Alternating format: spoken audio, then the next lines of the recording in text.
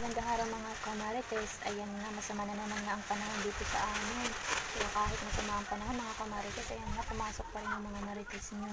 Dahil nga medyo masama ang panahon, ayan na, marami na kaming gagawin ngayong umaga. Ayan, dinala na nga ng amo ko yung mga paninda pa namin iba.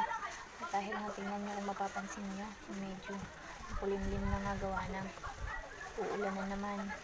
Palagi na lang masama ang panahon dito sa amin.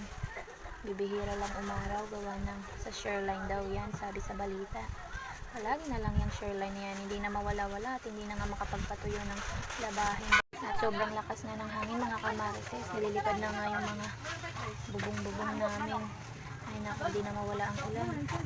At ayun na nga mga kamarites, syempre kailangan na magmadali ng mga marites nyo dahil marami pang gagawin yan. Marites nyo uuwi pa pag tapos dito sa tindahan at babalik na naman nga.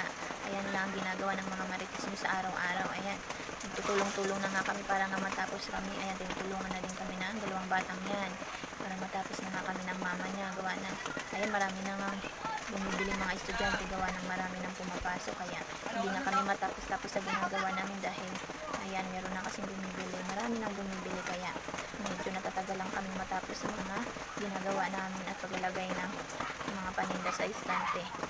At ayan na nga mga kamarites, kung mapapansin nyo nga, naglalagay na nga ako dito ng corn dog gawa ng para matapos na ako at magsasabi pa nga ako ng mga chichirya at mga biscuit dyan sa taas gawa ng marami pang gagawin. Hindi lang yan dahil nga hindi matapos-tapos dahil maraming bumibili.